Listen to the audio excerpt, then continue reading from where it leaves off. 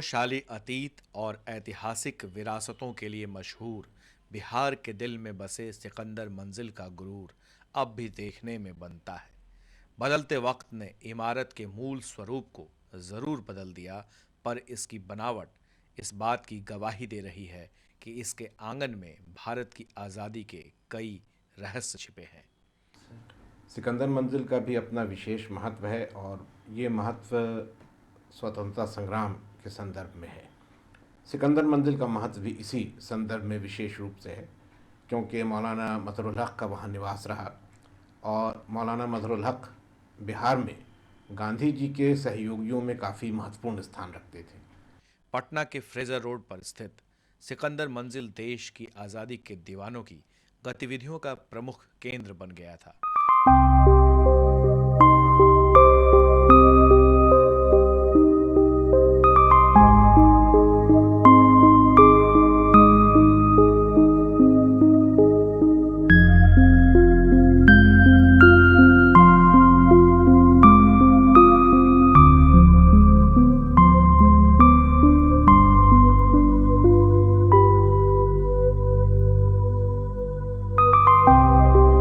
बात उन दिनों की है जब हैदराबाद के सिकंदर नवाज जंग ने पटना में इस इमारत की नींव रखी थी।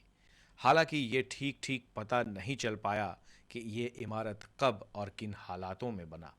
इसका कोई मान्य लेखा जोखा मौजूद नहीं है। इस इमारत को पहचान मिली तब जब इसे मशहूर राष्ट्रवादी और स्वतंत्रता सेनानी मौलाना मजहरुल हक ने 1925 में खरीदा।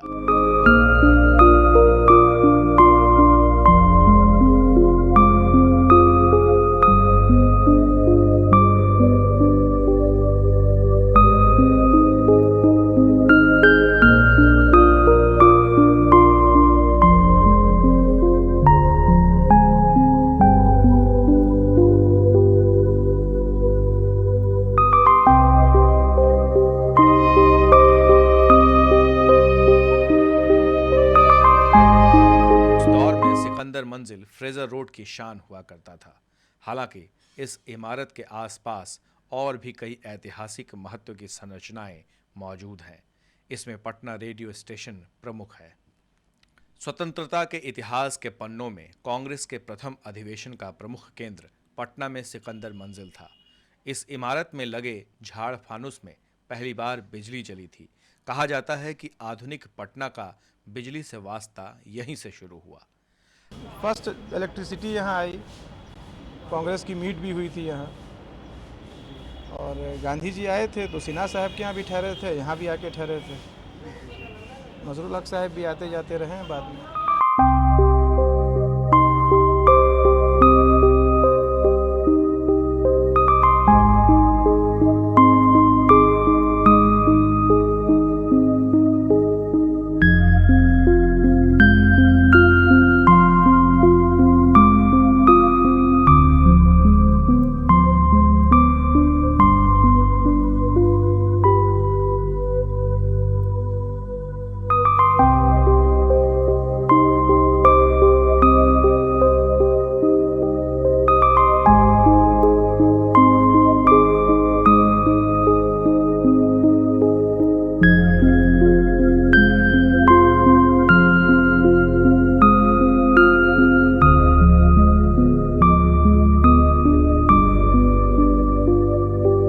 हक साहब अपने ज़माने के तेज तर्रार बैरिस्टरों में से एक थे।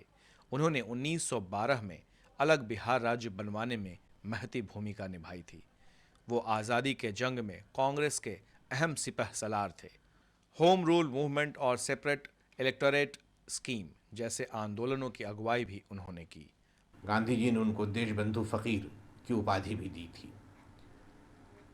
गांधी जी जब बिहार आए चंपारण सत्याग्रह के क्रम में तो उनका निवास इसी सिकंदर मंजिल में हुआ।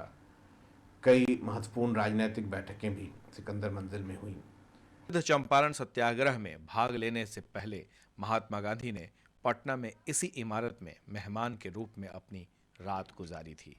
सिकंदर मंदिर में मिस्टर मजलूक रहते थे मिस्टर मजहूर हक उस वक्त जो है बैरिस्टर हुआ करते थे, लेकिन कांग्रेस की राजनीति में बिहार अलग हुआ 12 के जो हम लोग अभी मनाने जा रहे हैं, लेकिन यहाँ कांग्रेस कमेटी जो 1908 में ही बन चुकी थी।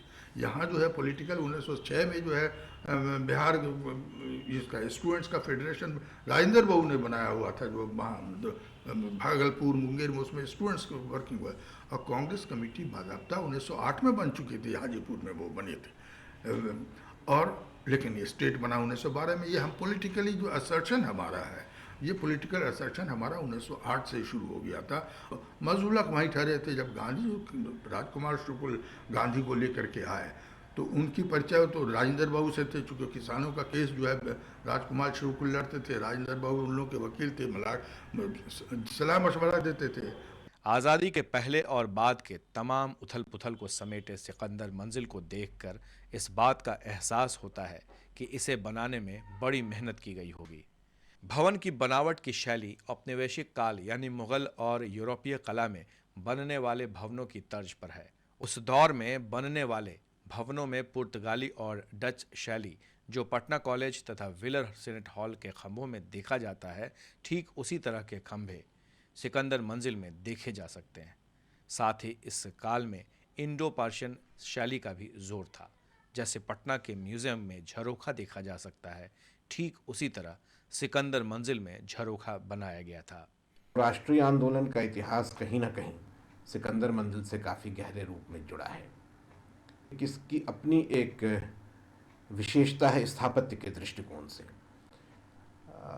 20वीं शताब्दी में जो भवन बन रहे थे बिहार में, ख़ासतौर पर जब बिहार एक पृथक प्रांत बना था, तो उस समय कुछ मुग़ल शैली और कुछ यूरोपीय शैली के मिले जुले प्रभाव इमारतों में देखे जा सकते हैं।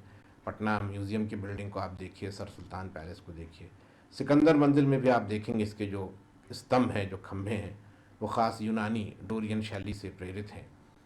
तो स्थापत्य कला की एक विशेष शैली को, जिसे हम कह सकते हैं कि औपनिवेशिक शैली या कॉलोनियल स्टाइल था पटना के आर्किटेक्चर का, उसका भी ये प्रतिनिधित्व करती है और बहुत सारी ऐतिहासिक घटनाओं की ये साक्षी रही है, इसलिए इसका एक विशेष महत्व तो है। आसपास बने कई बहुमंजिली इमारतों से घिरे सिकंदर मंजिल ने अपनी पहचान को आज भी कायम रखा है। अतीत के आईने में चमकते इस बेशकीमती इमारत को जिंदा रखना पटना वासियों के लिए शान का सबब है। उस दौर में सिकंदर मंजिल आधुनिकता का पैमाना हुआ करता था। छत पर लगे हवा की दिशा बताने वाले यंत्र और झाड़ फनुस आज बन रहे गगनचुंबी इमारतों को चुनौती दे रहे हैं।